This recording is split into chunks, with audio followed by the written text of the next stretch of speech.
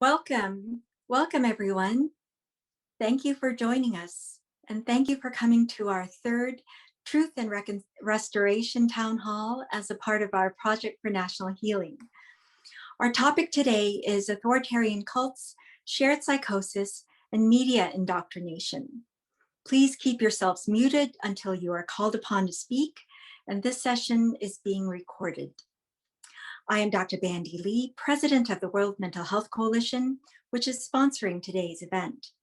Co-chairing with me is Dr. Ruth Ben-Ghiat, who is a leading historian on authoritarianism at New York University and author of Strongmen, Mussolini to the Present. Our moderators today are Leonard and Mark. The World Mental Health Coalition is a professional organization that is primarily concerned with societal mental health and with developing a robust dialogue on mental health so as to promote societal well-being. Political authoritarianism is on the rise everywhere. Before these developments at societal scale, there is shared psychosis. Shared psychosis, or folie à plusieurs, madness among many, simply means symptom transmission from a position of influence when a mentally impaired leader takes power. Emotional bonds are the vectors, and emotional drive causes symptoms to spread faster than we can reason with people. Shared psychosis is also a phenomenon that happens in cults and street gangs. Treatment is usually separation from the primary source. As we have seen from the recent CPAC conference and from many in media and politics, true separation from the former president is not happening. We also have just learned that the chairman of the Joint Chiefs of Staff himself compared Donald Trump to Adolf Hitler and how Nazism spread over Germany. And that Vladimir Putin himself may have authorized a secret Russian plan to support a mentally unstable candidate in 2016 to destabilize and discredit our entire socio-political system. Just the other day, the Surgeon General issued an unprecedented advisory that misinformation takes away our freedom to make informed decisions. But even the American Psychiatric Association led a misinformation campaign designed to keep the nation ignorant of the critical mental health dangers. Yet we independent mental health experts knew from the start that Trump was unfit to hold almost any major position, let alone president. We immediately held a conference at Yale and published our first book, The Dangerous Case of Donald Trump, in 2017, leading to many media appearances and meetings with Congress members. Then, in 2019, with the extensive information in the Mueller report, a panel of distinguished mental health professionals was able to perform a fitness evaluation, which found that Trump failed every criterion. Then, with the pandemic, immediately in March of 2020, we issued an emergency prescription for survival, further warning the nation that Trump was not mentally fit to handle the crisis rationally. And we gave specific prescriptive details of what needed to be done. Had our recommendations been followed, most of the Americans who died in the pandemic would be alive today. Mental health professionals know what to do in individual cases of shared psychotic or induced delusional disorder. Separation from the primary source. We can extrapolate that knowledge and understanding of underlying dynamics when mental pathology reaches societal scale. We need mental health professional voices in the public sphere. We need collaboration with other sectors and disciplines. This is why thousands of us got together and formed the World Mental Health Coalition to help safeguard our societal mental health and our democracy. We believe the time is critical. This is how we came to organize this town hall series as our project for national healing, bringing together leading experts, key players, and members of the public to help identify core problems and to provide potential solutions. So we hope to use this information from today and other times effectively to advise government officials as well as to continue informing society at large. I will now turn over to Dr. Ben Giat, who will say a few introductory remarks on the nature of authoritarian cults before we introduce our speakers. Thank you. Thank you, Bandy. Thanks everybody for coming. It's nice to see you all. And I'm just going to say a few words about the why authoritarian political cults form and what sustains them. And the kind of leader, like strongmen, as I call them in my work, who foster these cults, tend to find favor at moments of uncertainty and transition, when many people think that traditional politics has failed them or the system is broken, between quotes. And sometimes they come from outside the political system, or they build themselves as outsiders. And this is part of this rogue personality is very, very appealing. And they create new movements and they seem to communicate with their followers in original ways. They are very, very good persuaders. They build on extremist and authoritarian tendencies that already were in the culture, but they channel them, and once they get authority, they legitimate them. And in Trump's case, with the presidential imprimatur, up to the point where, in many cases, violence becomes an act that, quote, makes sense to followers, and violence can be rewarded within the world of the cult. So Trump's a good example. And his contribution to a process of radicalization that was already being set up by the Tea Party, by Fox News, and we know this story, was to add a leader cult. And these cults are very efficient in weakening democracy because they give a focus around the person of the leader to the anger and the grievance. And the leader also becomes, because of his domination of the media, the primary source of disinformation, very efficient delivery vehicle for conspiracy theories, for lies, and to make people doubt their own eyes and ears and accept the alternate reality that always benefits him. And the other thing the leader cult provides is a solution, supposed solution. So they don't just stoke anger and grievance and create this, like, you know, this pond or this swamp, right? It says he's going to drain the swamp, but they create a swamp of toxic emotions. They purport to have a solution. So there we have the I can fix it. I'm going to make the nation great, sort of, you know, utopias that they kind of hold out for people. And so although they specialize in negative emotions, but they also give people hope, and people identify with this leader's persona, with him as the man who gets away with things, who can be above the law and is a law unto himself. And that's important for the disinformation. So authoritarian cult leaders share with celebrities a certain je ne sais quoi, as charisma is often described as, a special aura that draws people to them. But authoritarian charisma and cult leader charisma is a little different than just that of celebrities, where, again, you want to look at the person, you want to be with the person. This authoritarian charisma is all about their ability to supposedly make people do their bidding and even act against their own self-interests in an attempt to please the leader. So the suppression of the autonomous self and self-regard and self-love is very important to get the follower to accept the leader's belief system and immerse him or her in a kind of a substitute culture with its own language and its own rituals. So I'll close there, but say that these are very powerful mechanisms and dynamics. And when I did the research for strongmen, I was amazed at how they repeated over and over in different cultures and different times. And so the power of this is why these leader cults can persist even when the leader is out of office.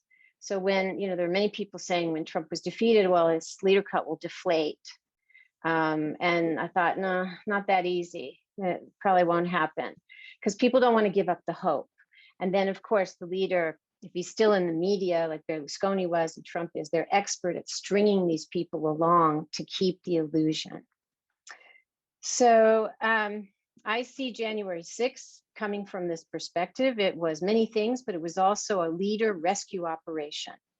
And it was an attempt to make reality fit into the delusional world system by forcibly stopping the transfer of power.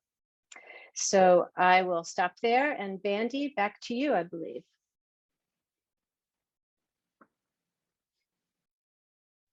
Thank you, Ruth. Our first speaker will be Mr. David Weissman, a former MAGA Trump cult member who has been bravely speaking out. So, Mr. Weissman. Hi, and thank you for having me on. You can go ahead. Okay, thank you. Hi.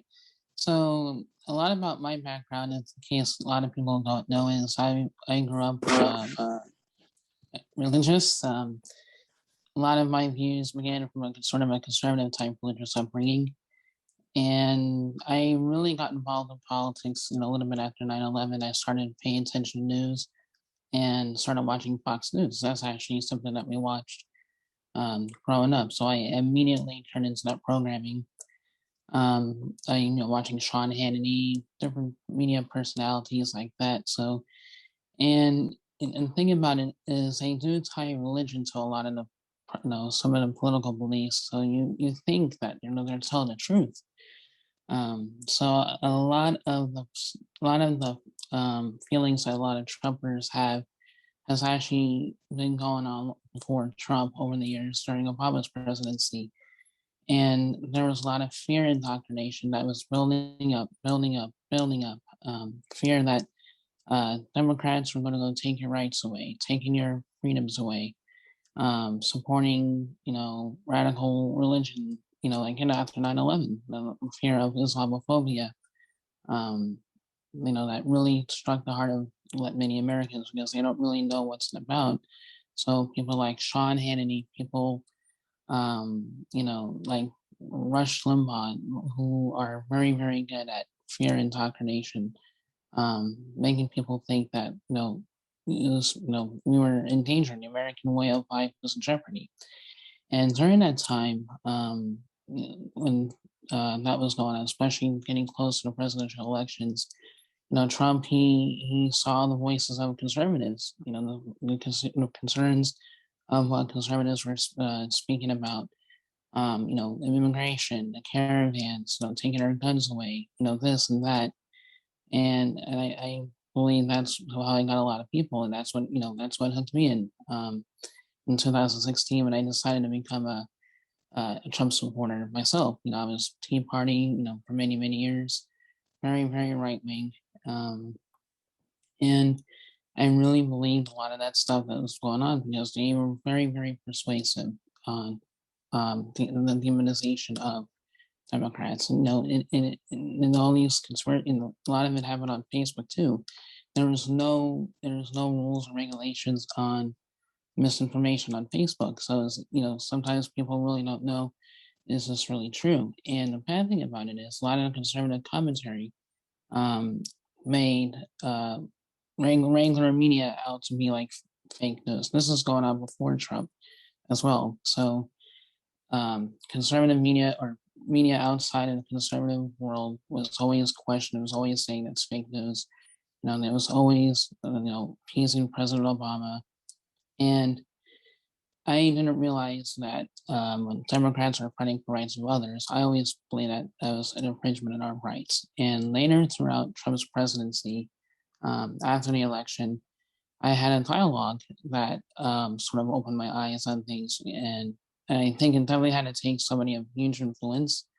You guys might know her as Sarah Silverman. We had a respectful dialogue. And I think about it because, when you see a Hollywood people, that was part of this cabal of elitists that was part of the deep state, which some of the stuff that I believed in. And so somebody who's in that area was actually made nice and actually asked, hey, why do you support Trump? Sort of like, whoa, asking like why I did. Because normally when you fight for a conservative way, American first agenda, it felt like it was social media warfare because your rights are on the line. And that's why there's always anger, there's always fear and fights and arguments and echo chambers, and not a really good place for dialogue. So when this dialogue started coming about, I kind of intrigued me a little bit. And so after that, because she's Jewish, I'm Jewish, I kind of asked her, like, why doesn't she like Trump? He's pro-Israel, which is a huge Republican talking point, to get, you know, to like Trump, because he was always for Israel. He was always like Jerusalem's the capital of Israel, and that got a lot of Jewish votes, especially when I know it's kind of crazy because a lot of people, compare him to Hitler, and I actually said no, that's wrong. He is for Israel, but so she told me why she didn't like him, and then I just started wondering, okay, I really want to believe why liberals believe the crazy things they do, because like I said before, before Trump, a lot of the smear indoctrination was against liberals, liberal values, democratic officials. So I started asking questions about, like, why do liberals care more about illegal aliens in the military? Found out that was not true. Found out that liberals actually do care about the military, and care about immigrants as well. And I learned about stinking asylum laws compared to just a conservative talking point of sanctuary cities. And there's like so many things that a lot of these right wing propagandists leave out. When it comes to facts, when it comes to rules and things like that. So you don't really see the bigger picture on things. Um, why Democrats fight for the things they do. So, and I learned it was a Democrat that actually, created a GI Bill, a program that I'm currently using right now. And, Democrats actually do stuff for veterans. So a lot of the beliefs that I've learned over the years, Democrats wanted to take away guns, and things like that. Have been eventually start, proving that wrong, proving a lot of the lies wrong. So then it got to a point where okay, I basically started branching out, leaving Republican Party because I realized that they've been lying for people to stay in power. Um, and then I started questioning Trump, because a lot of what Trump stood for was basically the American first conservative way. So I started seeing a lot of, started learning about him, like, oh, he's out of track? Seriously? This, because I used to think he was like Captain America, he was like this patriotic, successful businessman. And to realize that he's out of track, I mean, I don't remember ever seeing it during the campaign or anything like that. Because again, you're only glued to conservative media. Anything outside of conservative media was fake news. So, learning that he thought of draft was like, holy cow, I mean, this is not a patriot. Patriots don't talk to drafts. Especially with all the, kneel the flag kind of, talk, fake patriotism as we see coming from the right. So, and I learned, he wasn't a successful businessman. So many, and he has a corrupt past, which I didn't know about. Because basically with Trump, I really didn't know much about him. I saw that he was speaking for conservatives, and that's what really got me hooked on the Trump train. And I also took Fox News word for things too, so I didn't question. And so I was seeing the corruption. I was seeing that he is not who he says he is. I was seeing the con, and I was realizing that the right wing way of life in America was not the right way. I was able to see, okay, Trump is not who he says he is. And then when I saw the Helsinki meeting with him and Putin behind closed doors, um, and I saw a replay with different set of eyes of what Hillary Clinton said about being a Russian ass, I couldn't believe it. My mouth dropped, and um, that that put the nail in the coffin as far as my Trump support. And I haven't looked back since. I continue to move forward, and I speak out like and I more and more I see the red flags. I see how he violates the Constitution, how he manipulates it to for their agenda, which is wrong for America, because America is not a conservative country, or it's actually, I sort of seen it as a progressive country, because it is so diverse, so but it still should have different ideas and everything, but so many values and beliefs that conservatives have is not true, because a lot of it comes from the reaction of what liberals fight for, which is so many rights of other people. And I see that now, which led me to become a Democrat, was there are so many different rights that people who are marginalized, people of color, LGBTQ community, a lot of the groups that Trump has attacked, the conservative right wing has attacked, actually are just asking for acceptance, and I see how wrong that was, and that's what led me to be the liberal Democrat I am today. So it's sort of like Thank two you. different journeys. Thank you, Mr. Weissman. Sorry to cut you off, Oh. but we can continue on during the roundtable. Thank you so much for sharing your valuable personal story with us. We're very grateful to Welcome. be able to start with such testimonies. Okay, next will be Mr. John Atack, who's a former Scientology cult member and author of Opening Minds, Changing Our Minds, and Let's Sell These People a Piece of Blue Sky. Mr. Atack? Thank you.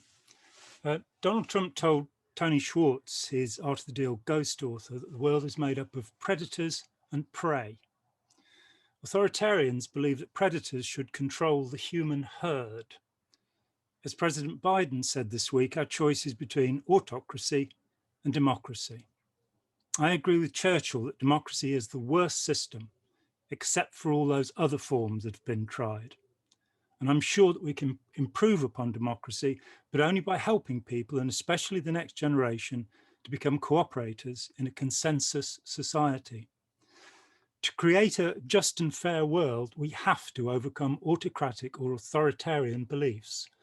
For democracy to work, the majority of adults must be able to think for themselves and not be swayed by the emotional overstimulation of propaganda and PR. The autocratic system is one of bully and believer, guru and devotee, pseudo-parent and infantilized follower, controller and controlled. Authoritarian leaders are certain that they are unquestionably right. Believing their leaders have superior insight, authoritarian followers submit to their pseudo-parent because they do not trust their own ability to make rational decisions.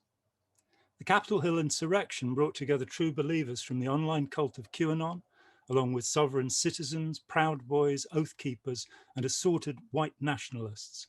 All were inspired by the thought-terminating slogan, "Make America Great Again," and believed in a mess of misinformation, disinformation, and mythology. To achieve a true democracy, we must change the submissive attitudes of authoritarian followers so that they can form and articulate their own opinions and challenge the opinions of others without resorting to thought-stopping slogans. Democracy will only be truly possible when the majority can decide for themselves. In the last 40 years, I've worked with about 600 former members of authoritarian belief systems. I've delved deeply into the history and psychology of such beliefs. The former head of Scientology's PR called my book, Let's Sell These People a Piece of Blue Sky, definitive. It's been praised by many scholars. After it was first published in 1990, I turned my attention to the study of authoritarian belief systems. Terrorist groups and gangs are extreme forms of authoritarian cult. The same methods of seduction are found in advertising and selling and are used by pickup artists and confidence tricksters. Authoritarian control relies on the same set of techniques used by human traffickers and child abusers and in multi-level marketing and in pseudo-religious, political and therapy cults. I long ago learned how to help fanatics reframe their beliefs, often in a single conversation, and understood that authoritarianism is the foundation of those beliefs. If you can establish genuine rapport and demonstrate expert knowledge in a safe environment, almost any fanatic will be able to reconsider their authoritarian attachment. It is unfortunate that skills learned over decades by interventionists dealing with authoritarian cults have not been adopted to de-radicalize terrorists. Authoritarianism depends upon false certainties. William James introduced the concept of feelings of knowing in his Varieties of Religious Experience. Fanatics are absolutely convinced, but unable to provide evidence or reasoning to support their convictions. Any challenge to their belief system or their leader will evoke the distress of cognitive dissonance. Even the best evidence will reinforce their devotion. As social scientist Yuval Laor says, the dogma is defended in the same way that a parent defends a baby. To question the dogma is to call their baby ugly. Steve Hassan's model of authoritarian control through behavior, information, thought, and emotion, the BITE model, is an important instrument, as is his influence continuum. I also strongly recommend Alan Shefflin's social influence model, designed for the courts but relevant to all of society. My own aim is to provide preventative material. Just a few basic concepts can tip the balance. There are indeed predators among us, but they're not hard to recognize. Their techniques of seduction and recruitment are also relatively easy to spot. Education is the key to progress, but our educational system has distinct authoritarian tendencies. All too often, obedience is the aim of schooling, rather than Ira Chalef's more effective models of intelligent disobedience and courageous followership. Chalef's ideas are tremendously helpful in developing assertive cooperation and in disabling groupthink and submission. Education should foster debate, consensus, and collaboration rather than force obedience. Only in emergency situations, police and military actions, for instance, is it necessary to relinquish control to a leader. We begin our lives utterly dependent. A life-affirming educational system would create independence and the realization of interdependence by the age of 18. Educated adults can express their views and engage in rational discussion. Along with Charles Dickens, they believe that we should take nothing on its looks and take everything on evidence. Children should be taught to recognize predatory behaviors and to aspire to nurturing pro-social behaviors. By learning the characteristics of human predators and their techniques of seduction, students will be far less likely to be drawn into abusive relationships and authoritarian groups. We can teach how to distinguish facts from fiction, how to avoid echo chambers, and the important difference between expert and rank authority. We can teach critical thinking and the difference between strong belief and strong evidence. Everyone should know about confirmation or my-side bias, about learned helplessness and Stockholm syndrome. The principles of coercive control are not hard to understand. It's only our own cognitive dissonance that inhibits us from learning them. Yuval Noah's work on awe and the inculcation of belief is a vital new tool in understanding why reasoning is so easily bypassed. All students should learn how readily our emotions are manipulated, and Law provides a straightforward roadmap. The ideas I've spoken about here are found in detail in my book, Opening Our Minds, Avoiding Abusive Relationships and Authoritarian Groups. Finally, to overcome authoritarian propaganda, an unvarnished account of history is vital. To accept the failings of our ancestors and give a balanced view of the positive and negative aspects of our own and other cultures. For example, much of the current xenophobic response to Islam stems from a dearth of information. The great benefit to Western society from Islam in the Middle Ages is largely unknown, but European science and medicine were profoundly influenced by Muslim scholars. Indeed, the first universities in Europe, Bologna, the Sorbonne, and Oxford, were created to discuss Ibn Sina's work. The violation of rights in the Middle East after World War I is also pretty much unknown. The process of truth and reconciliation between the world powers begins with an honest reappraisal of the past and the determination to be part of one human family working towards the common good. This is the opposite of authoritarianism and autocracy. Thank you very much. Thank you very much, Mr. Atack. Our next speaker is Dr. Stephen Hassan, a leading expert on cults and mind control and the author of The Cult of Trump. Thank you. And I want to thank David Weissman for your courage to speak out. And John is a dear colleague and friend who took on one of the worst cults, Scientology, full bore. I'm honored to be here with you, Dr. Lee. Read both editions of The Dangerous Case of Donald Trump. And honestly, there are a few comments I want to make, but I am a former cult member myself. I was recruited at Queens College into a friend group of the Moonies cult, the same people who own the Washington Times to this day. Sean Moon, son of Sun Myung Moon, actually was at the January 6th insurrection, sending out disinformation that it was Antifa. Washington Times, the Mooney paper, did as well. And it was really, unlike David and John, I was forcibly deprogrammed after a near fatal van crash after my fanatic involvement of 2.5 years, I did agree eventually to listen just because I wanted to prove I wasn't brainwashed or mind controlled. And some of the things that helped me get out were former members who are happy and healthy and articulate, but also learning about Chinese communist brainwashing methodologies, in particular, the work of Robert J. Lifton's Thought Reform and the Psychology of Totalism.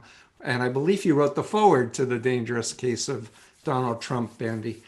It was really Dr. Lifton who, when I met him, said, "You actually know more than I do because you lived it. They did it to you and you did it to other people. Go study psychology and explain it to people like me."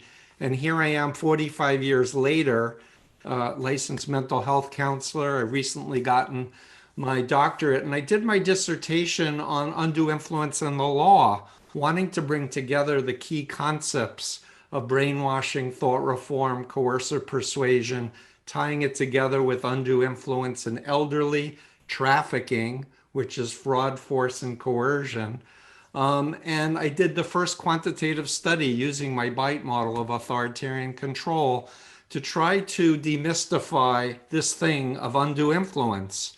And it really needs to be in the law that it's criminal to deceive people and enslave them psychologically, use them for labor trafficking, sex trafficking. We need to change the law and update it to a more up-to-date model of how the mind works and social psychology. And honestly, Dr. Lee, you're a forensic psychiatrist whose expertise is dangerousness.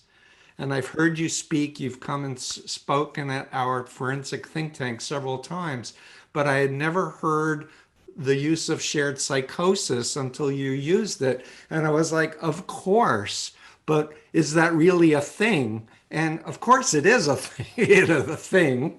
I've been talking about it as brainwashing, mind control, coercive control. But I want to highlight John Atack cited law professor emeritus Alan Shefflin's model, social influence model, that offers a framework for judges and juries and everybody to understand there's an influencer or a predator or a predatory organization, an influencee and their unique vulnerabilities. There's purpose, motive, but techniques of using. And one of the critical things with undue influence is authority of the influencer. So that's why it's unethical for therapists to have sex with their clients or abuse them financially, or priests, or presidents.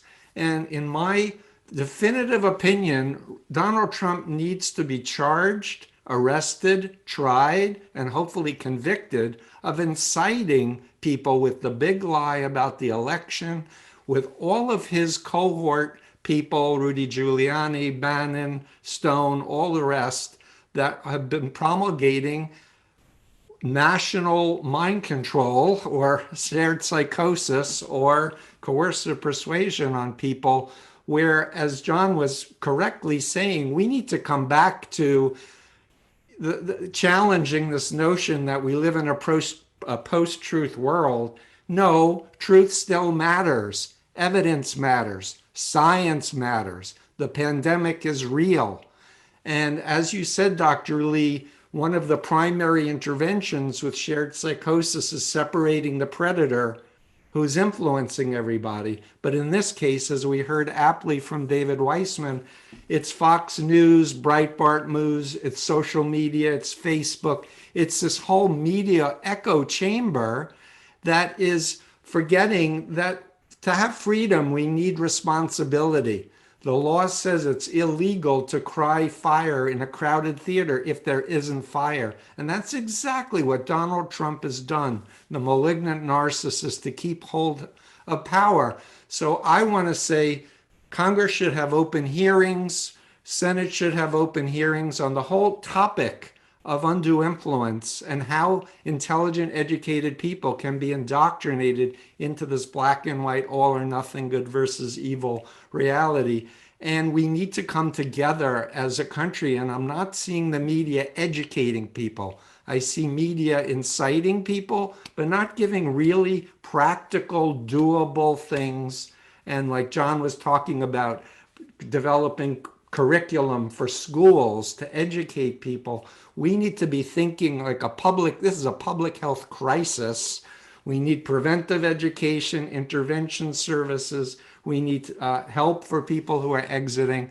And my last comment right now is just that a group of us, including John and hopefully David, we're doing a hashtag movement called I Got Out. And we want to destigmatize the fact that intelligent people can be lied to and co-opted, and there's life after believing a narcissist or being in an authoritarian cult.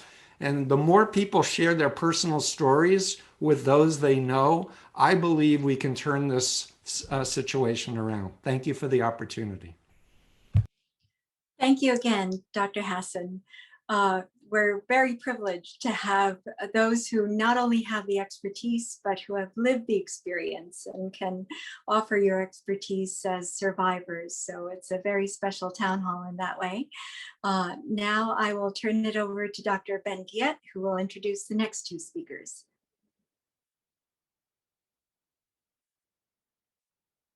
Ruth? Okay, I am unmuted. Very pleased to introduce two experts in media studies, disinformation, how it travels. So first we'll hear from Becca Lewis, PhD candidate at Stanford, former researcher at the Data and Society Research Institute, and co-author of the important book, Media Manipulation and Disinformation Online. So Becca, over to you. Hi, thank you so much. It's really amazing to be here with so many incredible experts. I'm Becca Lewis. I research far-right propaganda, both online and in a historical context. And so I really focus on the role of media and media technologies in kind of the formation and spread of harmful beliefs, particularly white supremacist and anti-Semitic beliefs. So I want to start by underscoring a couple of things that I found to be misconceptions about the media and the role that it plays. The first thing, I think it's really easy to think that the internet has fundamentally changed the way that propaganda happens, or that it has kind of created this problem in the past 10 years or so.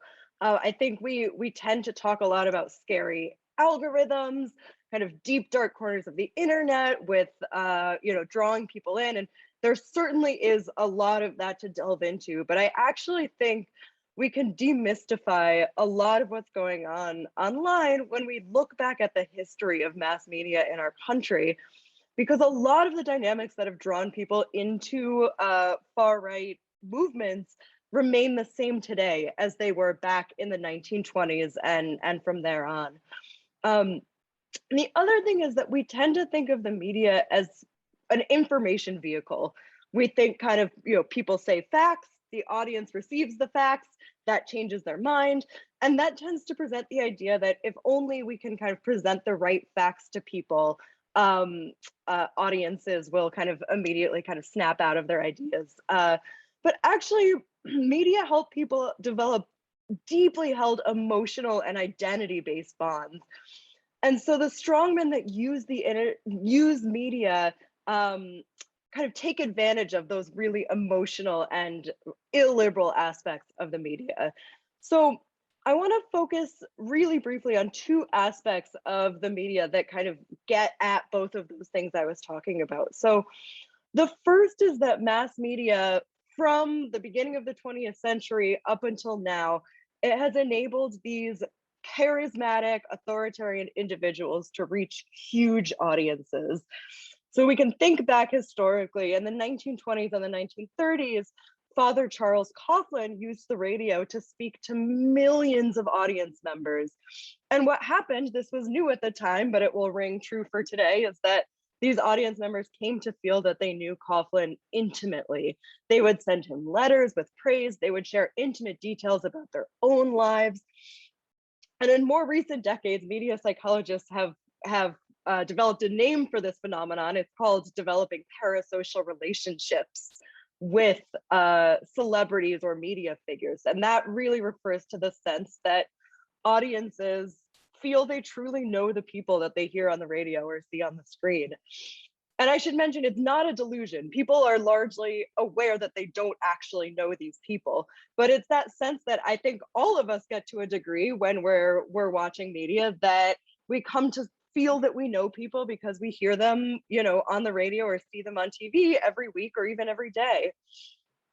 So why is that important? Well, in the case of Charles Coughlin, he was openly and increasingly openly anti-Semitic over time. He promoted harmful falsehoods about Jewish Americans in the decade preceding the Holocaust. And as Dr. Ben-Ghiat noted, strongmen use their followers to get them to do their bidding. So especially now, in an age where the media is so fractured and flexible, the line between religious leaders, celebrities, authoritarians, politicians, and cult leaders can become really easily blurred. So in many ways, the approach of Trump or some of the people that follow his lead as media figures, that approach is not so different from the approach of earlier demagogues. Much like them, he's using the media at his disposal to reach audiences directly and to have them develop a personal bond and a shared sense of struggle with him. The other thing that I'll really quickly touch on is that media can be a really effective form of community building. And again, this has been the case for a really long time. So in the 1920s, the Ku Klux Klan would host community screenings of movies that supported their cause, such as Birth of a Nation. They would read, KKK members would read the same KKK newspapers. They would listen to the same KKK radio stations. Many people got involved in that organization because they felt passionate support for the cause, but others got involved because it provided a local and national community fostered through that media. And the bigotry kind of came later. That was the effect after the fact of joining in on this community. And this aspect is also true today. So for people feeling disillusioned or lost or lonely, or in need of a community or a cause, movements like MAGA, like QAnon, like the alt-right, they provide that sense of community and meaning. And again, the internet is particularly good for this because it allows for social networking. People can gather in the same internet spaces, become fans of the same far-right celebrities, and in general, become part of a common cause. So I'll leave it at that because I think Jamie is going to take it up and talk about some more specific examples from here. Thank you very much.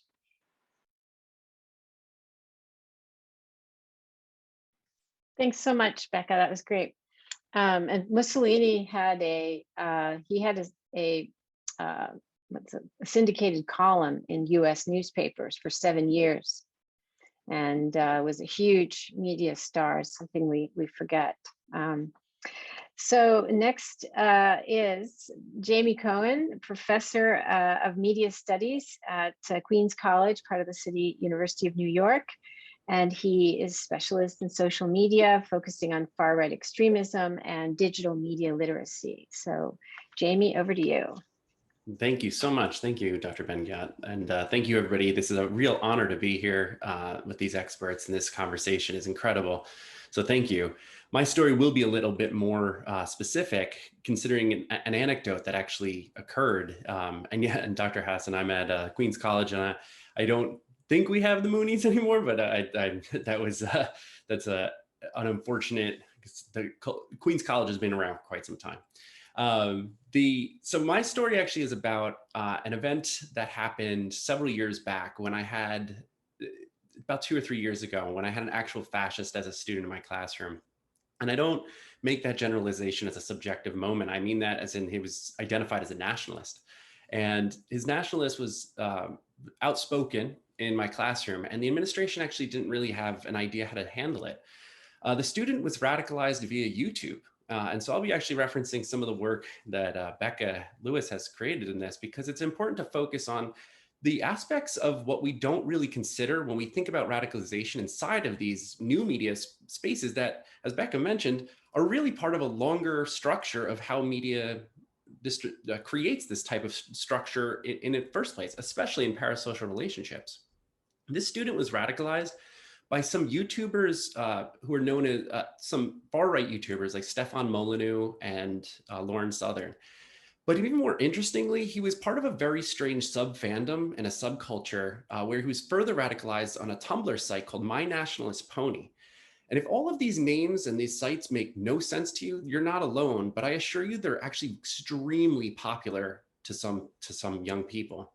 And when in a college setting, when around a lot of peers and developing an identity, the parasocial relationships that occur are very similar to what we're experiencing right now, is where I'm making eye contact with a screen, and people who are connecting across these spaces, these digital spaces, actually are influenced by this very specific communications ability. As Becca wrote in the Data and Society report, Alternative Influence Network, it's part of a larger phenomenon where YouTubers reach young audiences by broadcasting far-right ideas in the form of news and entertainment. So what they did is they kind of reframed the way that they were delivering some of the information to avoid some of those bans. These reactionaries are very good at finding their ways around these techniques. Stefan Molyneux was later banned and My Nationalist Pony is long gone. But to build off of what Becca said about algorithms, I think we blame tech very often, but it really does come down to a social issue, an actual issue in which people to people, or the connections between influencers, support each other and kind of get that delivery method across. The student was radicalized in a method of ways that YouTubers use what Amanda Montell would call cultish language, where just like other cults, they make their followers feel special or understood. They create a dependence on themselves. This is using coercion. And they use, as previously mentioned in the other talks, thought terminating phrases, memes, reductionism, and us versus them dichotomy. And obviously this sounds pretty familiar because the strongman attitude of this is kind of a mimicry or a reduced version of the leader. It's the ability for them to kind of take the mantle of a Trumpist behavior and amplify that message to young people. And it's definitely worrisome in a classroom setting because fascist tendencies are based on a very strong anti-intellectual stance. And in the way of that is that fascists in some ways want to reject intellectualism and replace that with the media and universities of their making. This young man was actually a frequent visitor to Turning Points USA, a website and a Trump-friendly site that kind of converts young college-age students to the far right and recruits through these sites. And at the very top of this site to this day is a professor watch list. And it was very often that something I would walk in the classroom and see on his computer.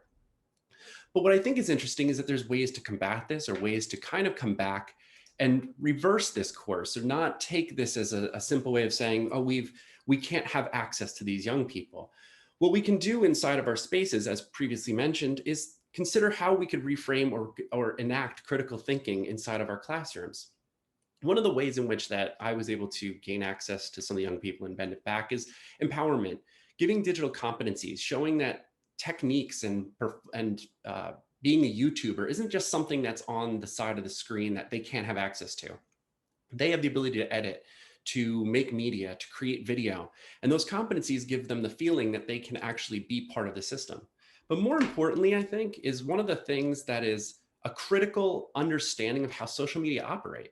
Like Becca said with her framing of social media in a long scale, or new media within a long scale, it's part of a media historical period. We're all in this, it's in the same structure.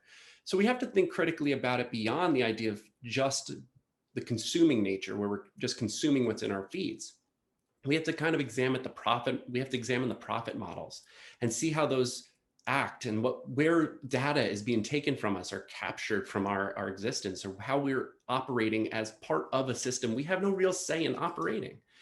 But I think what's really important to the way that I've been working with this is making sure that we use terms that empower students to not push back, that we show them that this is part of an acceptance, that I can make sure that I'm not the them, that I remove the us versus them mentality and say we're in this together because we are on our side of the screen. And if we are able to understand that, I think I found some ways that we could access the ability to critically analyze these structures in probably something that would be valuable in a very long-term way. Deplatforming works. We've seen Stefan Molyneux and that Tumblr been removed from the internet. Lauren Southern is still out there. They still use their techniques and they bend it. But that ability to remove it doesn't make them go away. It just means that there's other places for them to be. So we have to keep a vigilant eye on how young people are accessing new media structures like this. Otherwise, we can't assume that it just goes away and disappears. It just moves to other places.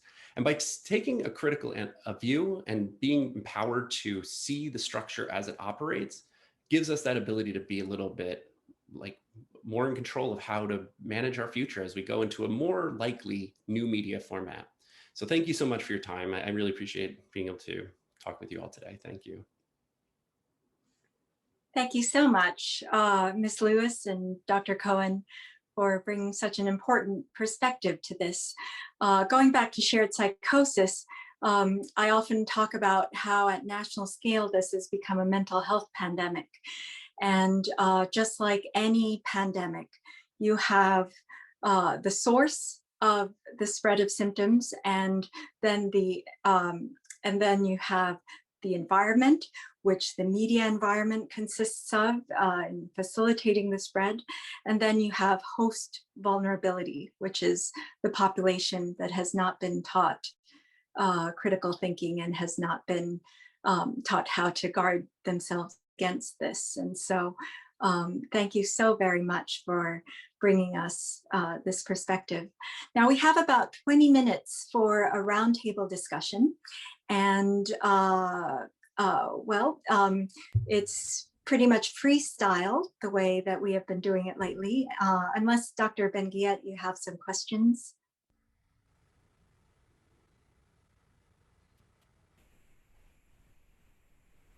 I don't have a specific questions I'm curious about, because so the theme of education has been repeatedly talked about, and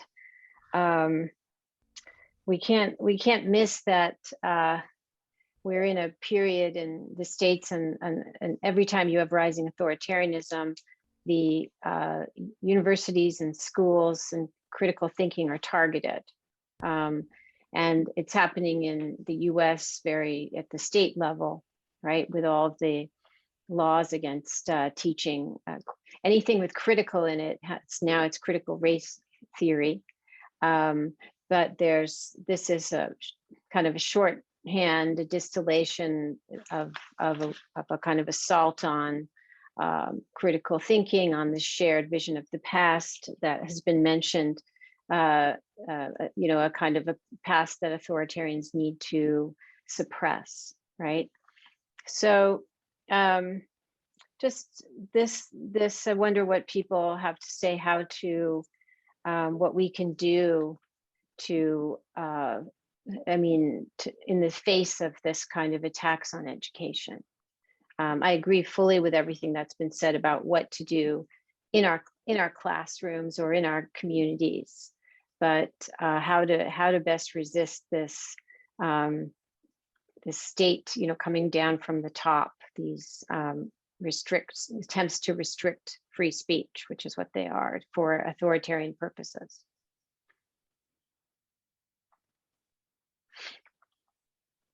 Yes, Steve? So I wanted to offer a different frame to the education piece. And I want to say that in social psychology, the fundamental attribution error, people have an unconscious bias to look at the person's disposition as opposed to their environment or their social context. So the average person thinks, oh, I could never fall for a cult. I could never be an authoritarian. So we have to diminish that false belief through education.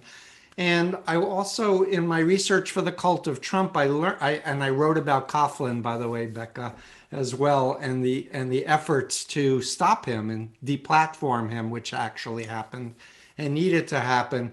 But there's psychological warfare in a very sophisticated level, using AI, using collected personal data of everybody, and it's operating in very sophisticated ways And it's not just teaching people critical thinking or media literacy, but I really think people need to understand more about social psychology as well as civics, and that we need to depend on each other for our survival, planetary survival.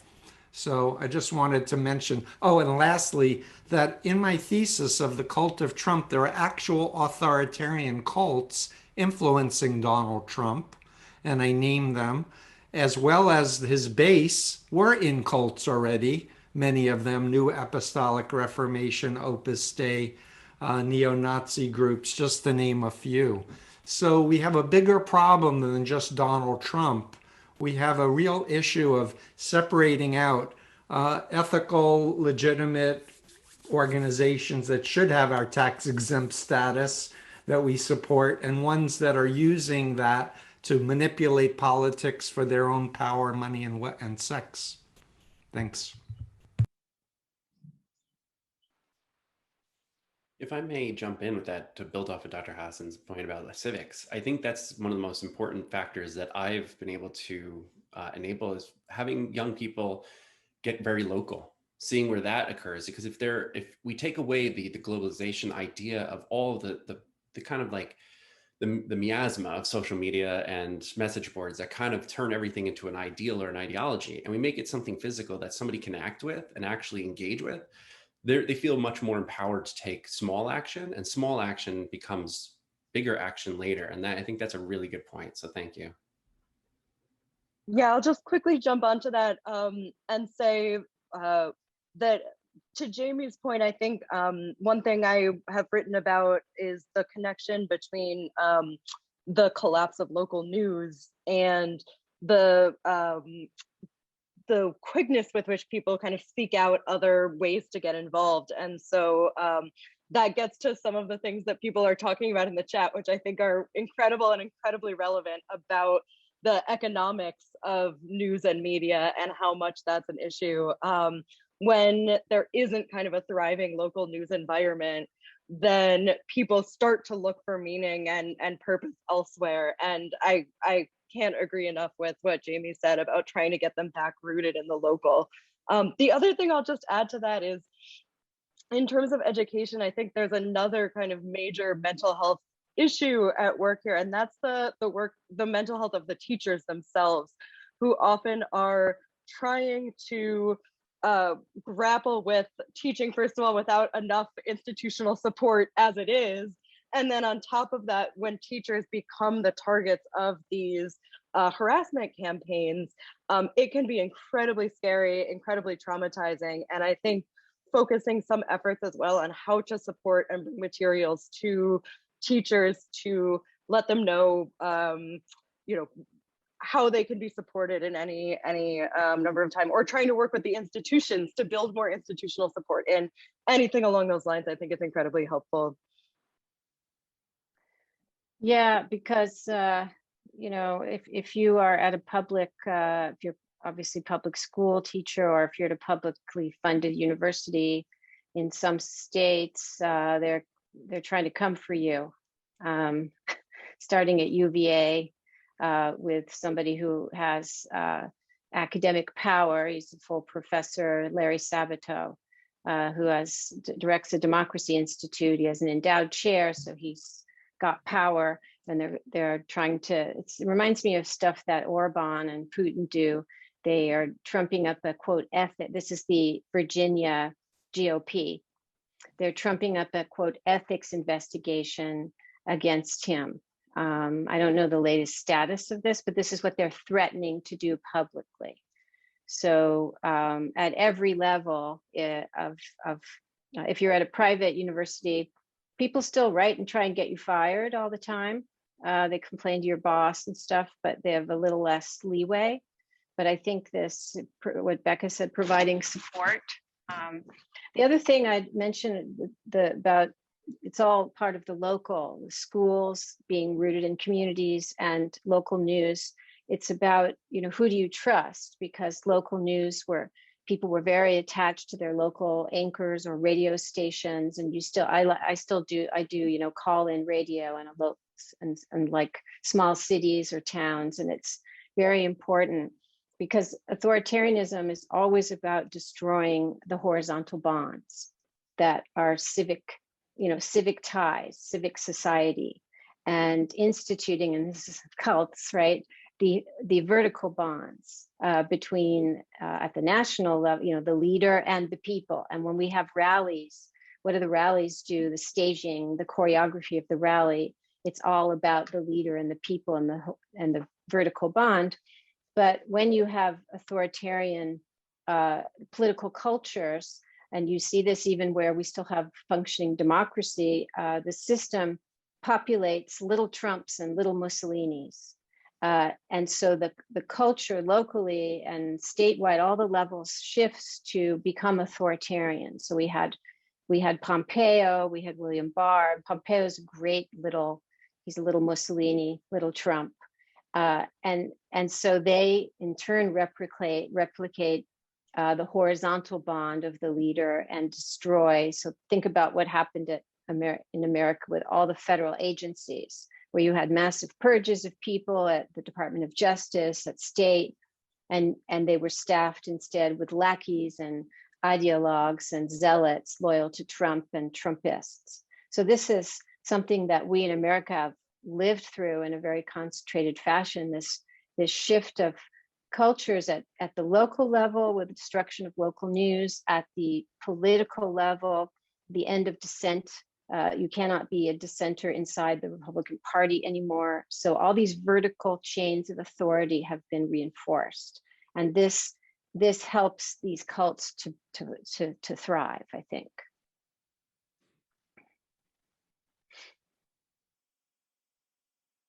So Bandy, do you have any questions for the panel before we open it up to general questions? Well, I just wanted to ask Mr. Weissman and Mr. Atack if you had any responses to what other experts have said, or anything you'd like to add here.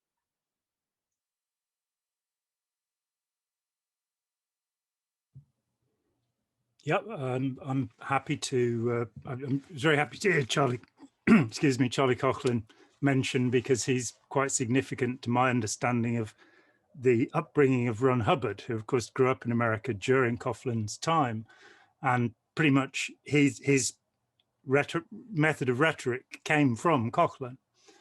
It seems to me that we maybe come to the time where we ought to be testing people who are going into political office in some way to see if they are safe and genuine people. And while it's true to say that the more intelligent predators among them, malignant narcissists, psychopaths, whatever, would be able to get through such tests, it's also, I believe, right to say that such people are no more intelligent than the rest of us. So it would you might be able to filter out a certain amount of people by using, Hare's revised checklist and other instruments to see if they're fit for public office, which of course, the dangerous case of Donald Trump showed very thoroughly that Donald Trump was not fit for office. And, there were devastating consequences because he was allowed into that position.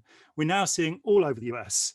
Joe Biden talked about 400 pending bills in states at the moment to interfere with voter registration and the rights of voters. We're seeing an autocracy trying to come into being. And if we could perhaps filter out some of the autocrats and perhaps, publish, in this country, restaurants are checked every few weeks and given a health rating, and maybe people should have some kind of health rating before they're allowed into political office. That's an excellent point. Thank you for saying that, Mr. Atack.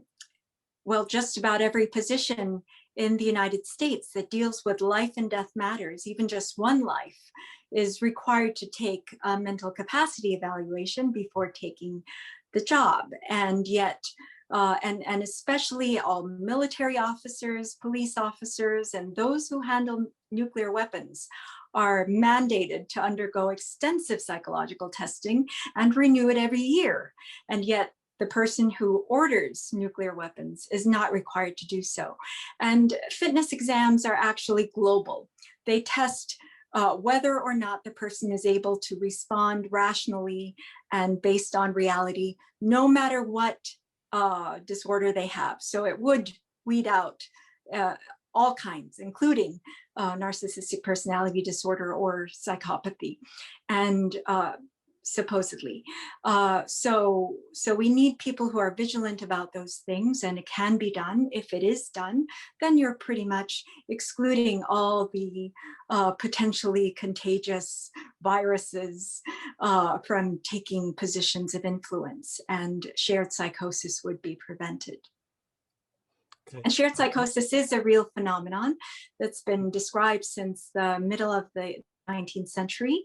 And Carl Jung described epidemics, national level academic epidemics, as well as Erich Fromm. And so it's a well-known phenomenon. As you say, the folia plusia has been in literature for a long time, and we can Yes. go back to the Devils of Loudun or to the Salem witch trials and see mass sociogenic illness coming forward. My other point is that there's a lot of focus on critical thinking, and there should be a lot of focus on critical thinking. But in 40 years of dealing with people who are coming away from authoritarian groups, critical emoting is very much the important thing. What is it that attached a person emotionally to the belief system? And I'm again going to mention the work of Yuval Laor, which I think is leading edge in this way, and I recommend it to everybody. Absolutely. Thank you so much. Mr. Weissman, would you like to add any word? I definitely enjoyed listening to a lot of the presentations here, and it was enlightening.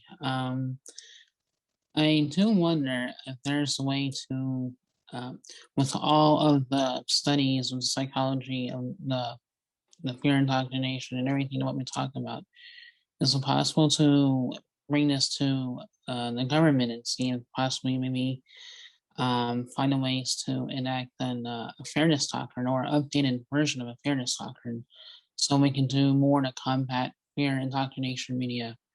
Like I said before, like a lot of this stuff went on many years before Trump, and like one of you guys said, it's going to happen after, because that's something that's been going on for so many years, and they remain to be held unaccountable for the lying and indoctrination. So I was wondering that you guys, I know, like when I was in the military, doctors, medical professions seem to have a more of an authoritative to say, hey, this is not right because it's medical.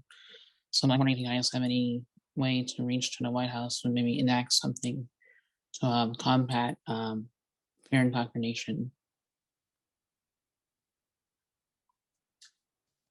Well, I personally have had contact with slightly over 50 Congress members, I believe, and then a few who have championed our cause, which was to bring attention to mental health of presidents.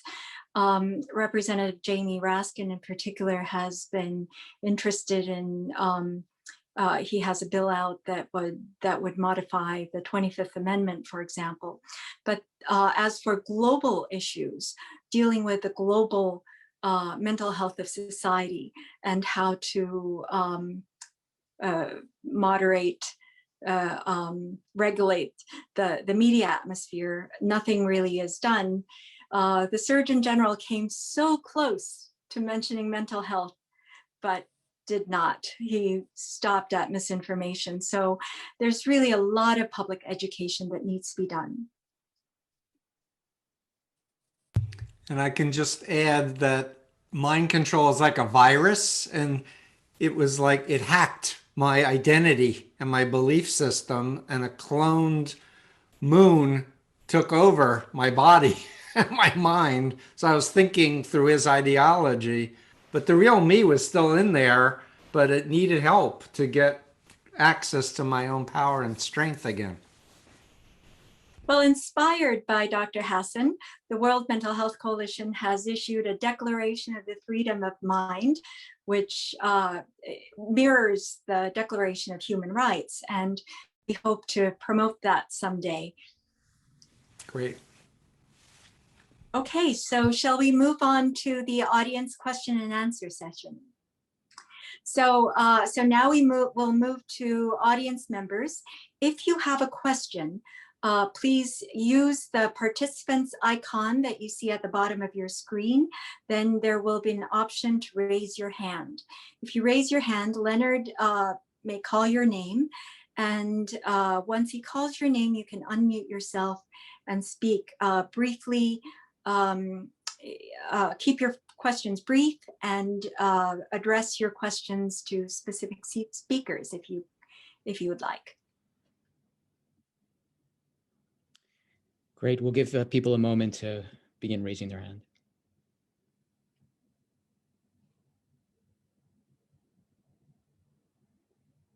And while we're waiting, Bandy was muzzled by the American Psychiatric Association using the so-called Goldwater rule to say that it was unethical for her to do her job, which was identifying dangerousness, and her duty to warn needs to be revisited. The whole notion of a mental health professional always needs to protect the public good, and good for her. Well, thank you. Absolutely. We have a public health duty that's paramount to our duty to patients, and that's what was misled. That's what I call the APA's misinformation campaign, unfortunately. Great. We can take the first question from Susan Cordelia-Jones. Hi, everyone. And thank you for having this forum. It has been really enlightening. My question is really for David. I'm just so fat. I have a zillion questions for David because people who are in the Trump cult are so hard to really connect with. And my daughter went to college in central New York, to Wells College. And they had a speaker, I think it's from the film American History. It was about a neo-Nazi, and the character was a neo-Nazi who is reformed and spends a lot of his time going around the country now, talking to college and high school classrooms and students, and as was discussed earlier, I think by Stephen Hassan, reaching young people. Is that something that you're involved in? Where are you in the process of healing, so to speak, with having removed yourself from the MAGA crew? And thank you for being here. Hi, that's a very good question. I'm in a couple of projects that I'm working on privately. During the election, I did a lot to combat a lot of the right-wing, media lies about Democrats, trying to show conservatives, hey, Democrats are nothing to fear. They're just fighting for rights of others. So I try to do my best to create a dialogue between conservatives, being that I was one, and I understand where they're coming from, what their concerns were. So I try to show, the misunderstanding of what Democrats actually do and fight for compared to what they've been told. I sort of also created a Facebook page that hasn't, a new one that hasn't kicked off yet, still working on some of the rules of what we're allowed to do, on trying to create a place where Trump supporters, Democrats can dialogue with each other on issues, not necessarily convert one another. And I think that's one of the things I might have missed is like when I was dialogued with different people, I wasn't expecting to become a Democrat or end Trump support, or it was just talking, just dialoguing. And I guess I just got really curious, want to know more. So I try to want to, create something like that for people. So those are small different things that I'm working on. I'm on my own. I'd like to just jump in, David, and say that a telltale sign of an authoritarian cult is if you decide to question it or leave it, they turn on you. Oh, You're yeah. the enemy. They attack Yes. you mercilessly. Telltale sign that you're in an unhealthy group. And David, you've been enduring a lot, but good for you. And Thank John. you. Great. We'll take our next question from Dr. Patricia Nunley. Please unmute your microphone and go ahead. Thank you so much. And so thank you. This has been so informative and enlightening. I'm wondering from an ideological, worldviews, a collective culture versus an individualistic culture. I am African-American, so I come from a collective culture.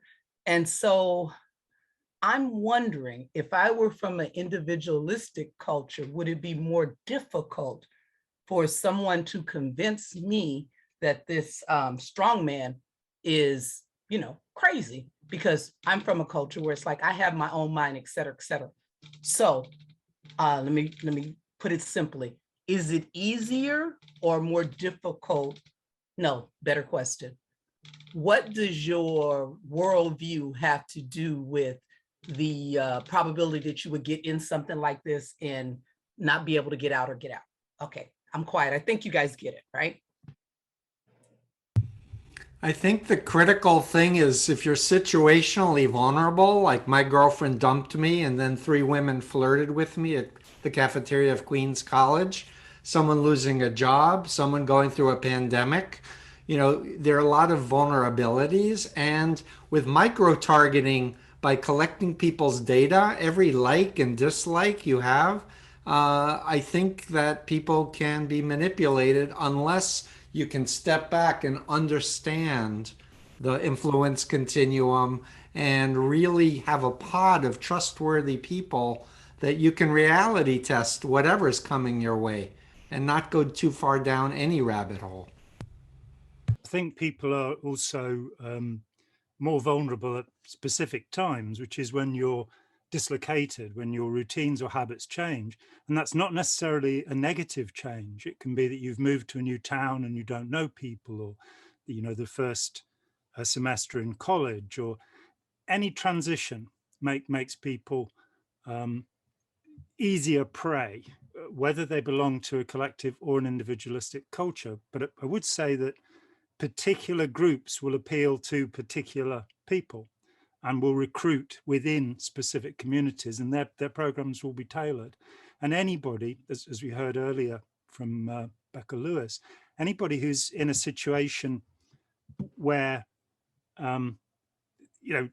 change can happen, where they are uncertain now, they don't know what's happening around them, as we saw in Nazi Germany, as we've seen in all major rapid revolutions.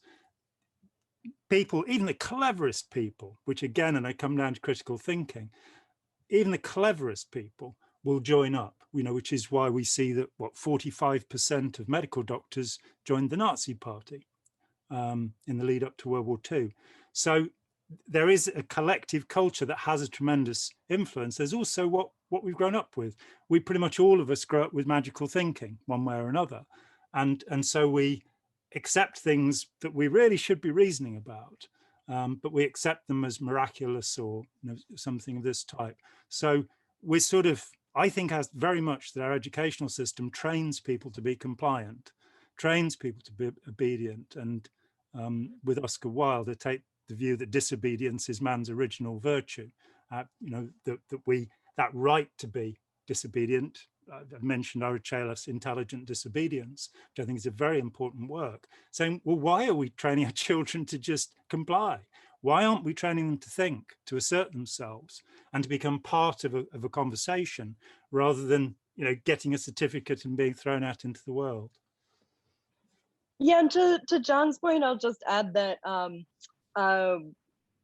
in terms of being, frequently highly intelligent, I think it is often a misconception that there is kind of stupidity at work, or somehow just being easily gullible or anything. And in fact, I think it's important to know that what a lot of times people are responding to is a very real and very real cultural changes that they perceive as a very real threat. And the real changes are that we are in a period of time, first of all, of kind of economic hardship, but it's all over the place, right? We had our crash in 2008, and then again now with COVID, we have the global pandemic. We also have a lot of social movements that are making a lot of progress for traditionally marginalized groups. All of these things, in a lot of ways, they're very real. The place where it's less real is it gets perceived as necessarily a zero-sum game, that, oh, this is going to mean kind of that white men are no longer in power, or that Christians are going to be on the defense, or any number of things. But actually, a lot of times what that leads to is a sense of community. And even despite the kind of individualized nature of some of the cultures that you're referring to, I think there is this sense of kind of collective aggrievement of it's hard to be a white man now. And again, what they're responding to is real cultural changes, but it's interpreted in this kind of, goes through a funhouse mirror into how they see it. Great. Our next question will come from Ellen Greenberg. Please unmute your microphone and go ahead.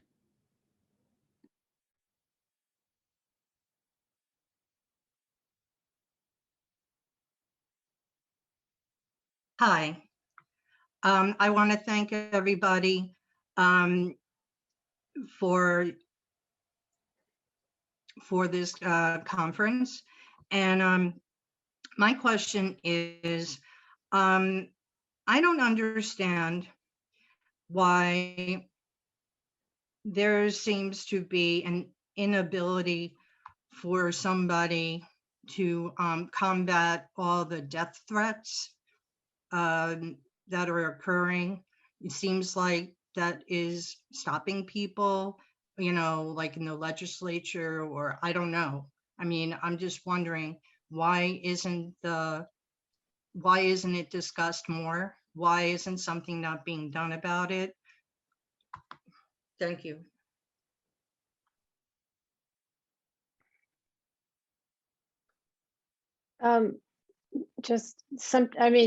With threats and, threats against members of Congress are up 107% this year.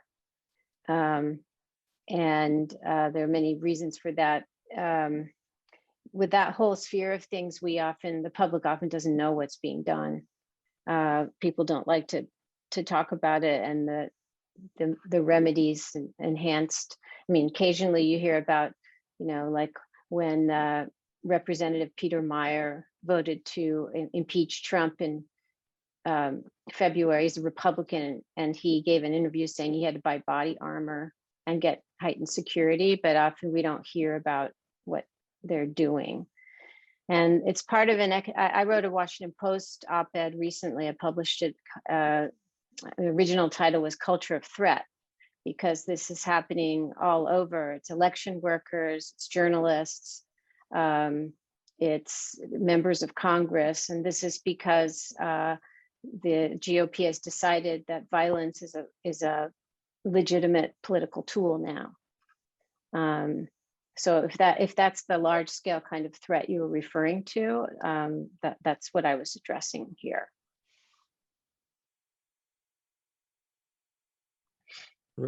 Great. We'll go on to the next question. Jamie, or Jamie's iPhone, you have the next question. Please unmute your microphone and go ahead. Hi, I live in Texas in North Travis County, which is where Austin is. But on the north side of Travis County, north of the river, it's rather conservative. It's close to Williamson County, which would be, I guess comparable to Orange County in California. And so it's actually pretty, to me, scary up here. As a liberal person, you walk out and it's like watching a bunch of slices of Wonder Bread, and nobody's wearing masks at like even CVS pharmacy or anything, even the employees. And of course, what's happening with our wonderful governor. And in my opinion, this state is already pretty close to being an autocracy. So with our two senators, my rep is Roger Williams, in a strangely drawn what do you call it, district, and it's like I really just end up with the educational outlawing of course, critical race theory, et cetera, and everything that's happening here, and with the Democrats who left Texas to prevent the bizarre voting laws from hopefully putting them at bay at least. You know, I don't feel like I've lived in a democracy in this state for a long time, actually, but I really don't know what to do about this. I've been, you know, I write Nancy Pelosi all the time, and she keeps telling me to write my representative, and it's like, why, you know? So anyway, that's it. Great. Thanks for your comment, Jamie. We're going to go next to Michael D'Antonio. If you can unmute your mic and go ahead. Good afternoon, everyone. I think my question might be for Becca or perhaps Ruth. There's been discussion of both the personal vulnerabilities that make people open to certain authoritarianism or expressions of authoritarianism or cults.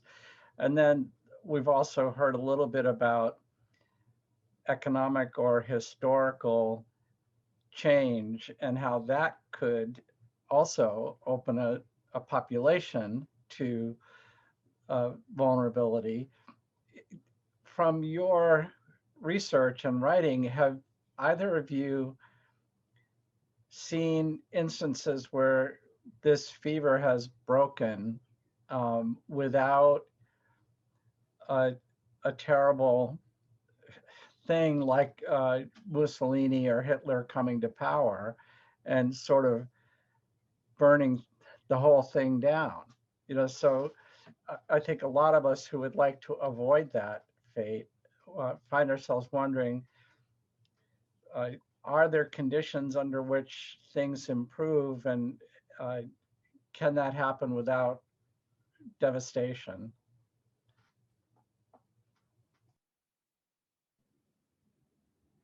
Dr. Van Giet, would you like to start? This seems like it's probably mostly in your wheelhouse. I'll just say something very briefly because I want to hear what you and maybe Jamie has something to say. Historically, but these are circumstances where you had one-party states and you had no other voices permitted. You had a more total indoctrination of the populace. In those circumstances, also depends how long the person's there. A lot of these strongmen are there for a very long time, like several generations. So in those circumstances, for the fascists, it took destruction. It took being bombed by the Allies. And for my book, Strongmen, I researched the arc of the personality cult, when it started, how it did, and then most interesting, when it declined. And it was only in 1942, 43, when the Allies were bombing the countries, that people started insulting these rulers publicly because they had lost their fear, they didn't care anymore. And they stopped asking for their autographs. The whole thing started to like dissipate, but that's what it took.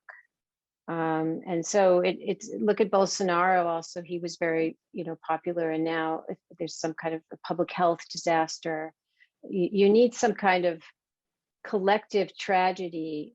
Sometimes that's not enough, but that helps things along. That's all I'll say. Yeah, I think it's a great question, and it's a little bit tough because what I have tended to research is the ebbs and flows of white supremacist movements in the United States, and that certainly has the Civil War being the greatest case where that did escalate, or in the United States, the main case where that escalated to war. But after that, there have been several times when kind of reactionary movements have thrived. So in the 1920s with the KKK, and then again in the wake of civil rights. And then again, now you have these kind of moments where there are times that white supremacist groups gain much more power and become much more organized. And I think it is heartening that in each of those cases, it hasn't escalated to kind of another civil war, but at the same time, of course, it has led to lots of violence in both cases, and there have been a lot of lives lost. And I think in each of those cases, in the 1920s, actually the KKK kind of crumbled in part because of mismanagement at the organizational level. And so sometimes I think there can be hope in the fact that, you know, I think Trump has a lot of power as kind of a charismatic authoritarian style, but I think that things could have been much worse, as, you know, if he knew how to wield that as strategically as he could. Again, not to say that the threat of that is over, but I think that can be a reason for hope. And then in the 1960s and onward, I think that kind of organized resistance to far right movements has gone a long way in kind of pushing them out of kind of what's considered acceptable mainstream society. And so, you know, one reason that you hear about Antifa being this kind of big boogeyman figure right now is because resistance efforts to organize far right movements have historically been quite effective. And so, you know, not to get into specifics about tactics and debates around that, but I think the tricky thing is that we are in an unprecedented moment in United States history. And so it's really difficult to know, you know, between kind of the polarization of the political parties and the hyper